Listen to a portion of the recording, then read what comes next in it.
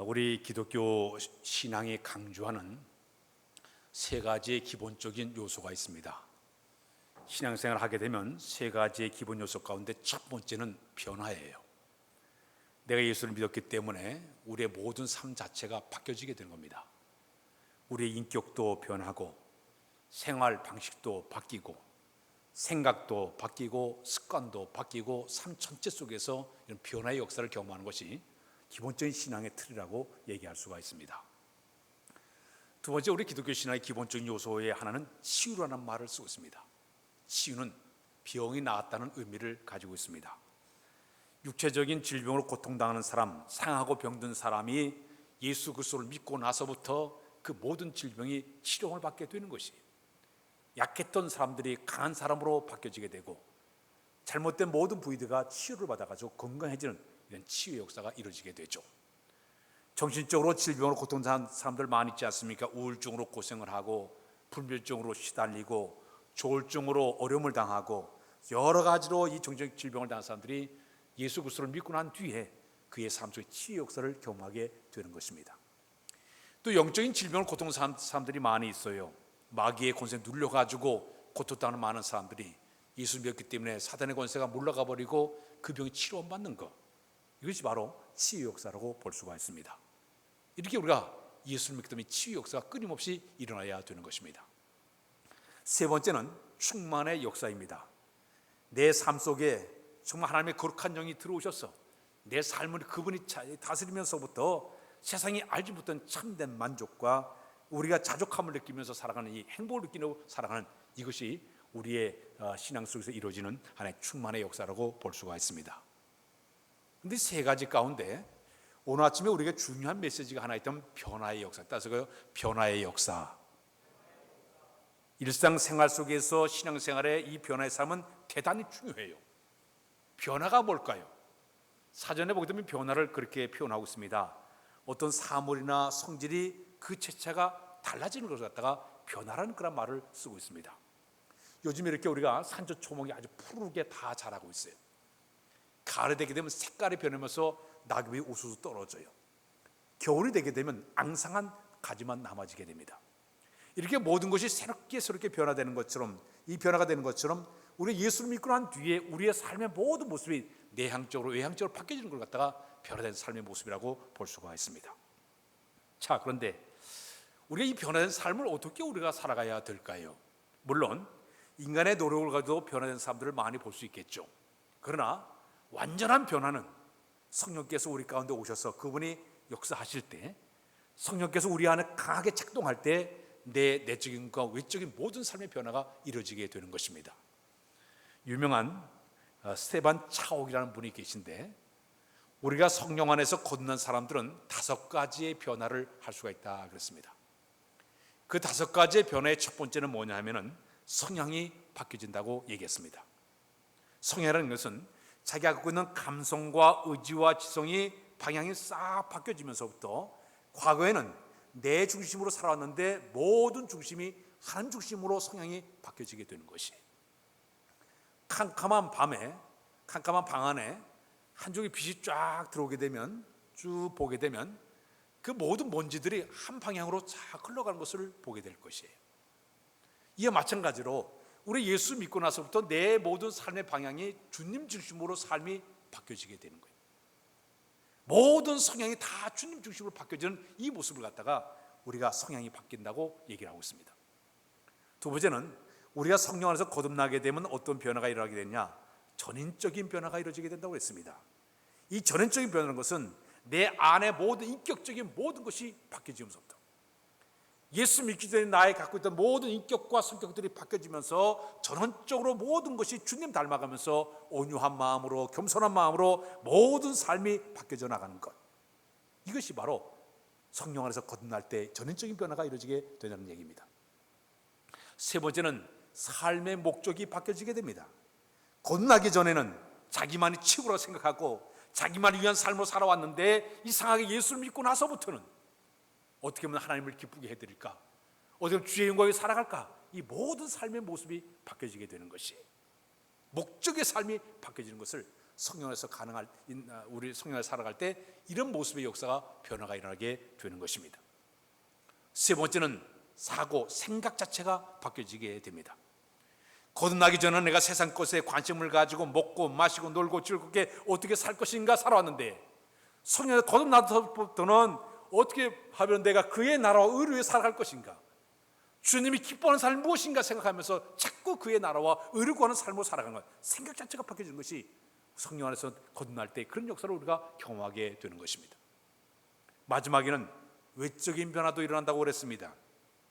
내가 세상을 등지고 주님을 바라보게 되니까 믿음 안에서 살다 보니까 자꾸 바뀌어지게 되는 것이, 집에서 화초를 이렇게 저희도 키우는데 화초가 햇빛을 많이 쬐은 곳에는 아주 파랗게 더 자라요. 햇빛을 받지 못한 곳에는 그 색깔이 달라져 버려요. 내가 주님을 계속적으로 바라보고 계속 주님의 성의 조명을 받다 보면 우리의 외적인 변화도 마치 식물이 파랗게 변한 것처럼 우리의 모습도 바뀌어지게 된다는 얘기입니다.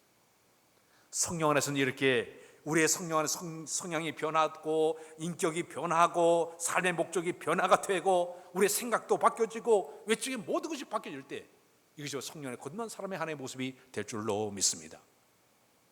전에 제가 그 복음성 가운데 그 노래를 아주 몇 번 아주 감동스럽게 부른 노래가 있습니다. 주님, 나는 오늘부터 모든 것을 버리고 일편단심 주님만을 사랑하게 했습니다. 주님 위에 나는 살고 주님 위에 일하며 주님 위에 고생하며 주님 나라 가겠네.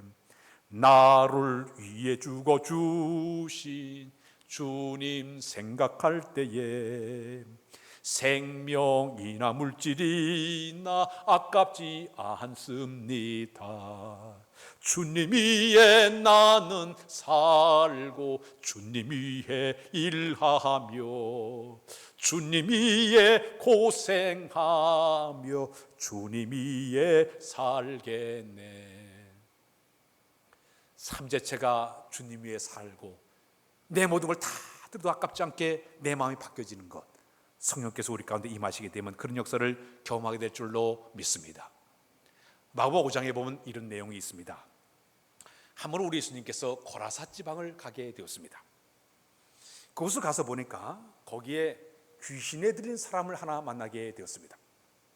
이 사람은 어마어마한 귀신이 그 속에 들어가서 정상적인 사람의 삶을 살지를 못했어요. 이 사람은 동네에 살지 못하고 저 무덤 사이에 살면서 무덤 속에서 혼자 생활하면서 옷을 홀딱 벗고 소를 개성을 지르면서 막 소를 고래로 지르면서 그가 살기를 했습니다. 심지어 돌을 가지고 자기 몸을 팍팍 찌고 아주 피를 흘리는 그런 사람이었습니다.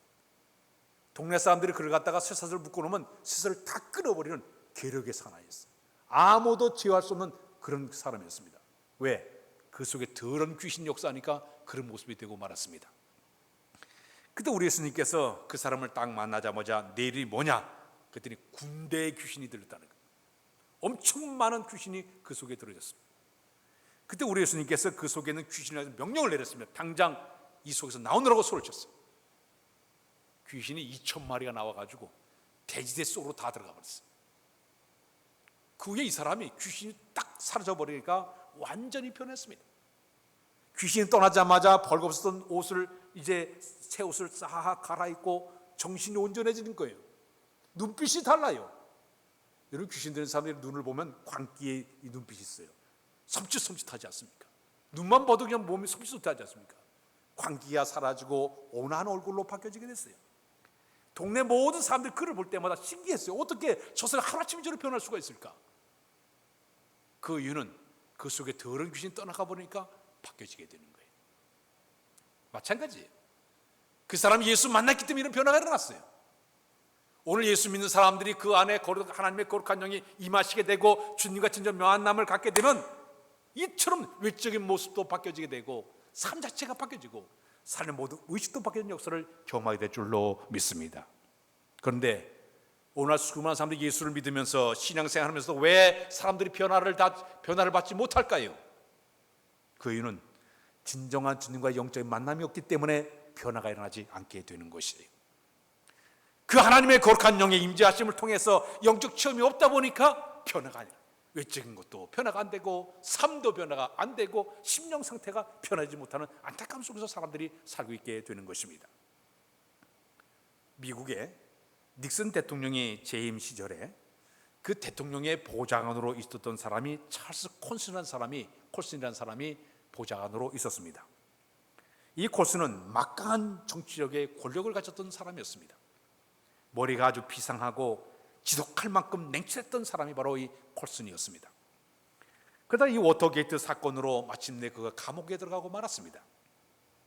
그 감옥에 들어가 있는 동안에 상원의원 가운데 세 사람, 해트필드라는 사람하고 휴즈라는 사람하고 퀴어라는 사람이 그 콜슨을 위해 가지고 매일매일 시간을 정해놓고 하나님 앞에 간절히 기도하기 시작을 했습니다. 하나님, 그 사람을 변화시켜 주시고 그 사람을 도와달라고 간절히 기도하게 됐습니다. 시간이 날 때마다 감옥에 찾아가서 그를 위로하고 책을 사서 집어넣기도 하고 성경책을 넣어주기도 하고 끊임없이 그를 위해 가지고 열심히 노력을 하게 되었습니다. 그 감옥 생활을 오랫동안 하다가 7개월이 남았습니다. 집행기간이 이제 7개월 남았을 때 그때 이 퀴에라고 하는 이 변호사이면서 상인이었던 이 사람이 이제 그가 평상시에 이렇게 기도하는데 가슴속에 뭔가 음성이 들려와요. 내가 그 사람을 위해 무엇을 할까? 그러다가 자기가 이제 법조문을 쭉 보다 보니까 법원의 그 법조문 가운데 7개월의 남은 기간에 이렇게 집행기간이 있다 하더라도 내가 대신 들어가서 대신 살아주는 그 법조관인 것을 봤습니다. 그래서 퀴라는 사람이 찾아가서 이 법조문에 이런 것이 있는데 내가 이 콜슨을 위해서 대신 7개월 살 테니까 이 사람을 풀어달라고 요구를 했습니다.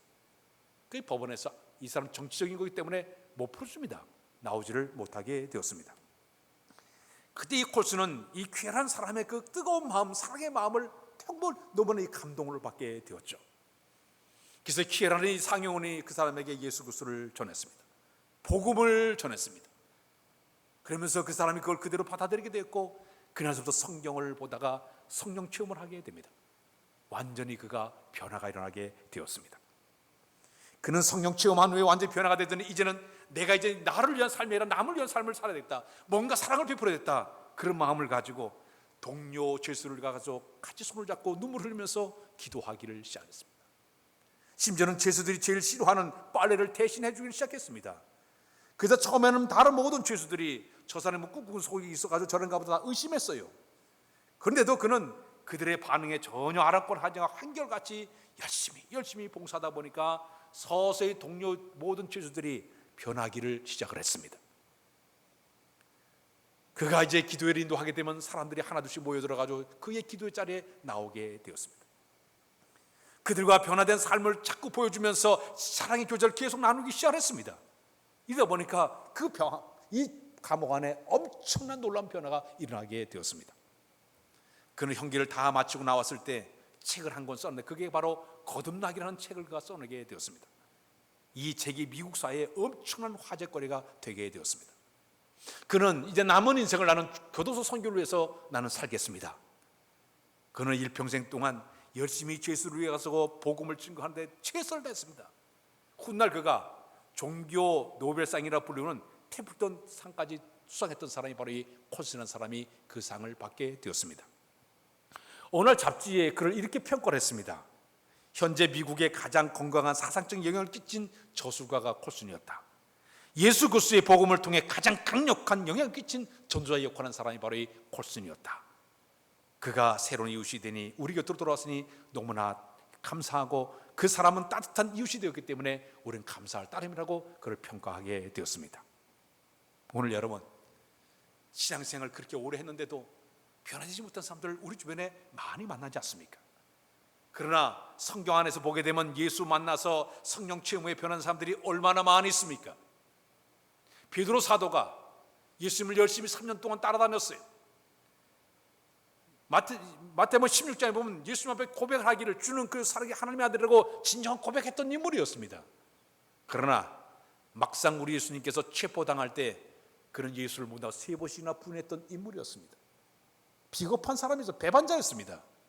그러나 그가 부활의 주님을 만나 뵙고 그 다음에 그 사람이 마가다임 성령 역사를 체험한 다음에 완전히 변화가 됐습니다. 주님의 목숨 걸고 복음을 전하다가 거꾸로 십자가에 못 박혀서 죽은 사람이 바로 베드로 사도입니다.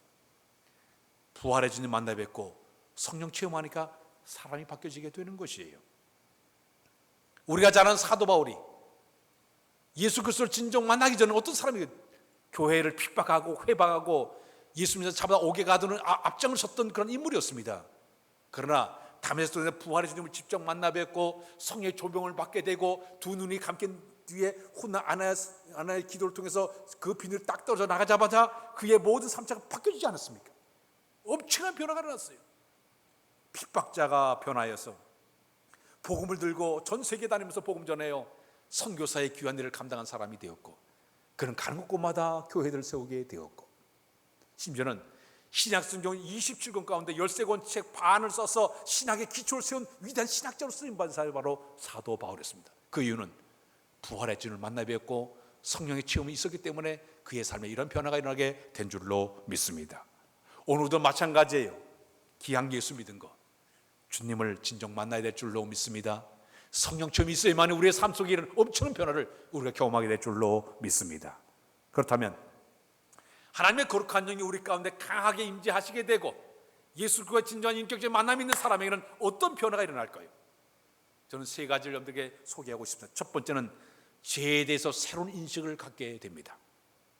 과거에는 내가 죄인 줄 모르고 말하고 행동하고 멋대로 살아왔지만은, 생각해왔지만은, 그러나 하나님의 거룩한 영이 우리 가운데 임하시게 되면 그분의 다스림을 받는 순간서부터 죄를 우리가 알게 되고, 죄에 대해서 슬퍼하는 마음을 갖게 되고, 죄에 대해서 안타까움을 품게 되고, 죄를 대적하고 죄의 사람을 청산할 만한 용기를 갖는 것, 성령께서 우리 가운데 임하실 때 가능한 줄로 믿습니다. 왜냐하면 그 성령님은 성결의 영이세요. 깨끗한 성결의 영이기 때문에 그분이 우리 안에 오시게 되면 죄에 대해서 새로운 인식을 품게 되는 것입니다. 아프리카 콩고 지역에 한 마을이 있었습니다. 놀라운 일은 그 마을의 전체 사람들이 다 예수 믿는 일이 벌어지게 되었어요. 선교사가 열심히 일해서 된 것이 아니라 어떤 일이 있었는가 하면 몇몇 교인들이 둘러앉아가지고 기도하다가 거기에 성령께서 임하시게 되었습니다. 성령이 강하게 임하게 되니까 한 여인이 이런 고백을 했습니다. 나는 죄인입니다. 난 남의 집에 가서 일을 도와준 사람이 있는데 내가 오늘 그 집에서 계란을 하나 내가 훔쳐왔습니다. 나는 더러운 죄인입니다. 내가 빨리 그 집에 계란을 갖다 주겠다고 그 여인이 고백하게 되었습니다. 한 남자는 이런 고백했습니다. 나는 선교사의 집에서 일을 도와주다가 선교사의 집에서 책 한 권을 내가 가져왔다가 갖다 주지 않았습니다. 나는 죄인입니다. 나를 용서해달라고 고백하게 되었습니다. 그 순간 거기에 모인 모든 사람이 성령 인도를 받아가지고 회개하게 되고 돌이키게 되다 보니까 이 소문이 점점 퍼져서 온 동네 사람들이 아하, 예수 믿으면 저렇게 변화가 되는구나. 이때 온 동네 사람들이 다 예수 믿었다고 이야기하고 있습니다. 성령이 우리 가운데 임하시게 되고 내 거룩한 주님과 진정 만남 있는 사람은 죄에 대한 새로운 인식을 갖도록 하나님께서 인도해 줄 줄로 믿습니다. 두 번째는 우리의 심령 상태가 변화가 되게 되는 것입니다. 오늘 본문에 보게 되면 너희는 유혹의 욕심을 따라 썩어져간 구습을 쫓는 옛사람을 벗어버리고 오직 심령으로 새롭게 되어 하나님을 따라 의와 진리의 거룩함으로 지식을 받은 새 사람을 입으라. 과거에 변화되기 전에 있었던 나의 모습은 정말 옛사람의 모습은 썩어져가는 구습을 따라갔던 그런 삶이었습니다. 세상의 어떤 걸 따라갔던 그런 삶이었어요. 그런데 예수를 믿고 나니까 바뀌어지게 되는 것이, 성령을 체험하고 나니까 바뀌어지게 되는 것이, 내 심령 상태의 모든 이기적인 교만과 욕심을 다 던져버리고 나도 모르는 가운데 겸손한 마음으로 남에게 베푸는 마음으로 남을 위해서 내가 사는 그런 마음으로 바뀌어지는 것, 심령이 모든 변화는 우리의 인간의 힘으로 바뀌어질 수가 없습니다. 주의 거룩한 영이 우리 가운데 강하게 임하여만 변화의 역사를 경험하게 될 줄로 믿습니다. 성경에 구약의 대표적인 인물 하나 소개하고 싶습니다. 야곱은 어떤 사람이었는가 하면 야심찬 사람이었어요. 이 사람은 자기가 어떤 목표를 세우게 되면 끊임없이 자기 걸 채우려고 하는 이기적인 욕심이 같았던 사람이 바로 야곱이었습니다. 그런데 그 어머니 리브가가 임신되었을 때 하나님께서 어떤 말씀을 들려줬는가 하면 네 뱃속에 두 민족이 들어있다. 큰 자는 작은 자를 섬겨야 되느니라 그 말을 듣게 됩니다. 그러니까 이 어린 아이가 태어나기 전에 이 뱃속에 하나님의 그 작정하심을 이제 어머니를 통해서 들은 것 같아요. 후에 태어났을 때 자기는 동생으로, 쌍둥이 태어나 동생으로 태어났어요. 형이 가질 축복을 자기 갖고 싶은 그 욕망이 그 속에 가득 찼기 때문에 어느 날 형이 사냥하고 돌아왔을 때 배가 고파가지고 돌아왔을 때 팥죽을 끓이고 있었는데 형이 배고파 죽겠다, 너 끓인 게 뭐냐? 예, 팥죽 한 그릇입니다. 그러니까 그걸 나한테 달라고 그러니까 그럼 장자권을 나에게 달라고 그랬습니다. 배고픈데 이게 무슨 소용이냐? 그래, 너 가져라. 팥죽 한 그릇 장자권을 획득하는 사람이 되기도 했습니다. 자기 아버지 이삭이 나이 많아가 세상을 떠나기 바로 직전에 마지막 세대 큰아들 큰 축복을 빌어줘야 되는데 그걸 행하려고 할 때 자기 형이 저 사냥에 떠났을 때 어머니와 협작을 해가지고 아버지의 눈을 속여버리고 형이 받을 축복을 가로채게 됩니다. 형 에서가 사냥에 돌아와가지고 동생 야곱을 죽이려 하게 됩니다. 그때 이 동생 야곱은 도저히 견딜 수 없어가지고 피신을 떠나게 됩니다. 멀리 메소포타미아 하란 지역에 가서 20년 동안 자기 에삼손 라반의 집에서 타향사를 하게 됩니다. 그런데 하나님은 그가 그 행했던 모든 걸 다 기억하고 있었어요. 속이는 삶을, 아버지를 속이고 형제를 속이는 그 모습을 다 보고 있었기 때문에 그가 20년 동안 타향상을 할 때 철저하게 그된 보응을 당하게 만듭니다. 에삼손이 품삯을 10번이나 반복해가지고 속이게 됩니다. 심지어 자기가 결혼하려고 라헬을 7년 동안 일했는데 속여버리고 그 라헬에는 레아를 주게 됩니다. 다시 7년 동안 일을 해가지고 14년 만에 라헬을 얻는 일이 벌어지게 돼요. 남을 속였더니 그대로 속는 심은 대로 거두는 이런 인생을 살던 사람이 야곱이었습니다. 그러나 말년에 그가 이제 20년 후에 자기 고향으로 돌아올 때 하나님은 그렇게 인간의 욕심으로 정죄로 살던 이 야곱을 하나님의 사람으로 만들기 위해서 꿈에 천사를 동원해서 그를 만나게 만듭니다. 밤새도록 씨름하게 만들어요. 마지막 그가 이제 날이 환하게 밝아오게 되니까 떠나려고 하니까 꼭 붙잡고 나를 축복해 줘, 안 떠나게 내가 당연히 못 찾겠습니다. 그러니까 그의 환도뼈를 엉덩이뼈를 부러뜨려요. 욕심대로 살아가고 자기 정대로 살아왔던 그 환도뼈를 꽉 부러뜨려서 그를 장애인으로 만들어 버립니다. 너는 이제부터는 내 인간의 욕심으로 살면 안 돼.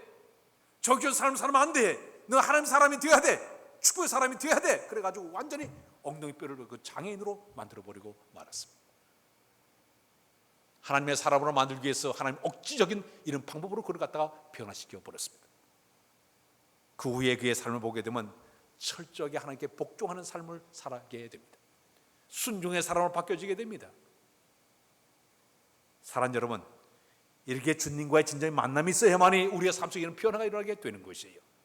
만일에 주님과 진정한 만남이 없게 되면 이런 변화가 일어날 수가 없게 되는 거예요. 주님, 오늘로 우리가 신앙생활 할 때 우리 하나님 사람을 만들기 위해 가지고 이런 모양 저러면 끊임없이 우리를 갖다가 변화시켜서 끊임없이 역사하고 있어요. 성령의 역사와 강한 역사 여러 가지 일어나는데 그 역사 속에 내가 겸손한 마음으로 순종의 믿음을 가질 때 우리의 삶의 심령에 이런 놀라운 변화를 허락해 줄 줄로 믿습니다. 신약의 대표님을 하나 소개합니다. 요한복음 13장의 니고데모가, 그는 철저한 율법주의자였습니다. 바리새파 사람이었어요. 그는 철저하게 바리새파 사람이 철저히 율법을 잘 지키는 사람, 도덕적으로 윤리적으로 완벽한 사람이었습니다. 거기다 이 사람은 세상의 지위가 높은 관원이었습니다. 돈이 상당히 많은 부자였습니다. 많은 사람들이 인정하고 많은 사람들이 존경받는 그런 인물이었습니다. 그러나 그가 오늘 가만히 보니까 예수님께서 행하시는 그 말씀과 행하신 기적과 이자를 가만히 보니까 아하, 이 사람이 보통 사람이 아니구나 궁금하던 차에 그가 밤중에 예수님을 찾아오지 않습니까? 예수님과 대화를 나누게 됩니다. 당신이 하늘께 온 사람이면 절대 이런 기적과 이제 행할 수 없는데 당신 어떻게 이런 일을 행할 수가 있습니까? 하고 주님께 물어보게 됩니다. 그때 주님께서 이런 얘기를 하게 됐죠. 사람이 물과 성령으로 거듭나지 않게 되면 하나님 나라를 갈 수 없느니라. 거듭남의 진리를 그에게 가르치게 됩니다. 그 순간 자기는 세상적으로 볼 때는 완벽하게 도덕적으로 윤리적으로 깨끗하게 사람들 착각하고 있는데 주님께 얘기한 거듭남의 진리를 딱 듣고 나니까 아하, 내가 잘못된 삶을 살았구나 바뀌어지게 됩니다.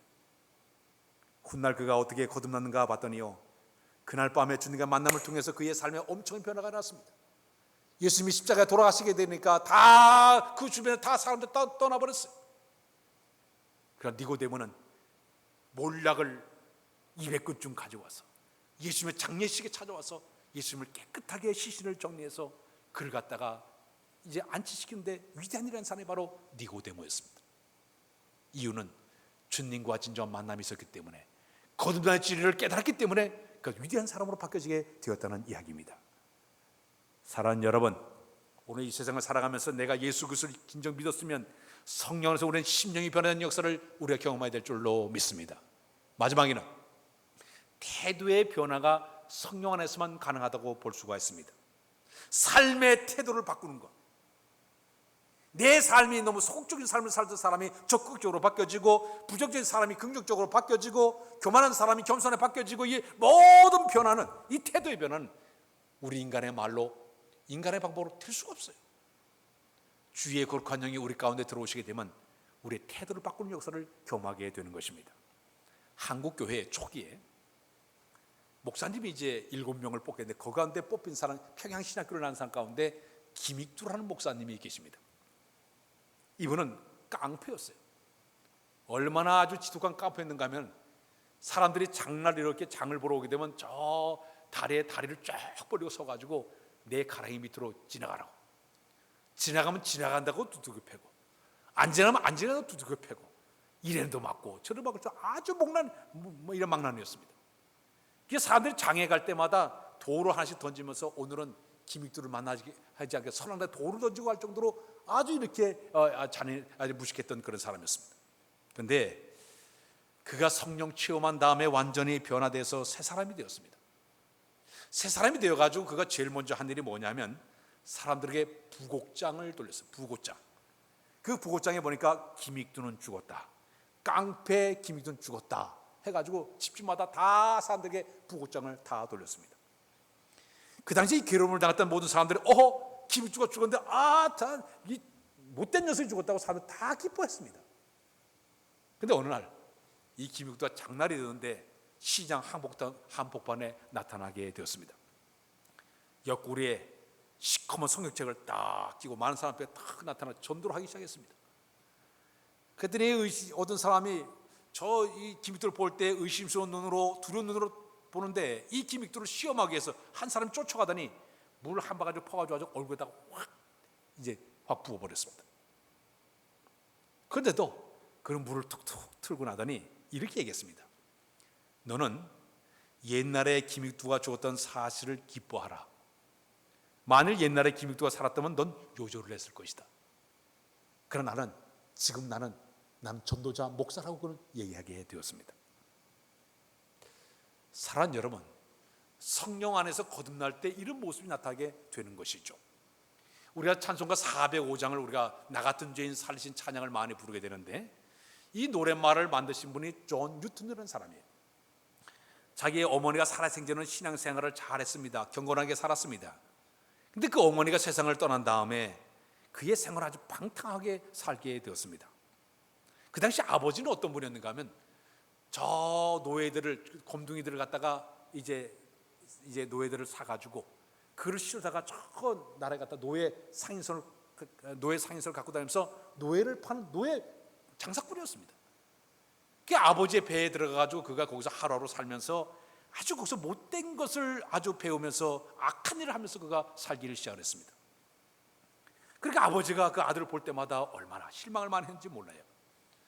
어느 날 이 아들의 그 모습을 보고 아들을 쫓아냈습니다. 근데 그는 쫓겨난 뒤에 이 성이 고쳐진 것보다 더 악화가 되었습니다. 그러다가 그가 진정한 그리스도의 만남을 갖게 됐어요. 신앙을 회복하게 되었어요. 그가 하나님의 은혜를 깨닫고 회개하더니 완전히 새 사람이 되었어요. 훗날 그가 목사가 되게 되었습니다. 일평생 동안 얼마나 경건하게 살았는지 몰라요. 그는 82세가 되어서 세상을 떠날 때까지 할아버지 목사로서 사람들이 그를 갖다가 그래서 세워놓으면 똑같은 설교를 반복적으로 할 정도로, 그럼에도 불구하고 그는 마지막까지 경건하게 살던 사람이 존 뉴턴이었습니다. 그는 이런 얘기를 했습니다.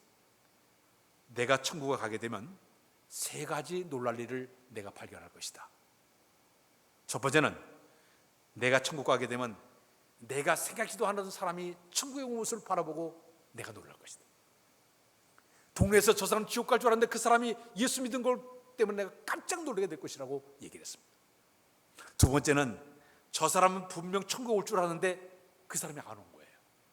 이것 때문에 내가 놀라게 될 것이다.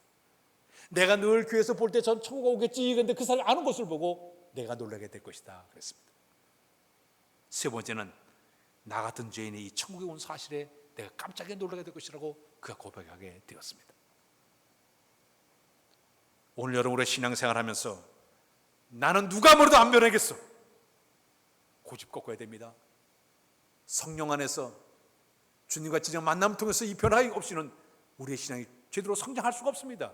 변하지 않습니다. 오늘 저희들이 성령 안에서 우리가 거듭남의 역사를 체험해서 내 삶이 변화되고 성령이 변화돼서 주님 모습이 아름답게 살아가는 여러분들의 모습이 다 되시길 주님의 이름으로 부탁드립니다. 기도합니다. 주님, 성령 안에서 거듭나고 새롭게 변화되기를 원합니다. 우리도 주의 영께 저들 가운데 강하게 임하사 삶이 변화되고 태도가 변화되고 성이 변화돼서 나마 주님 위해 살아가는 게 합당한 삶들 다 될 수 있도록 은총을 도하여 주옵소서. 믿사오며 예수 그리스도의 이름으로 기도하옵나이다. 아멘.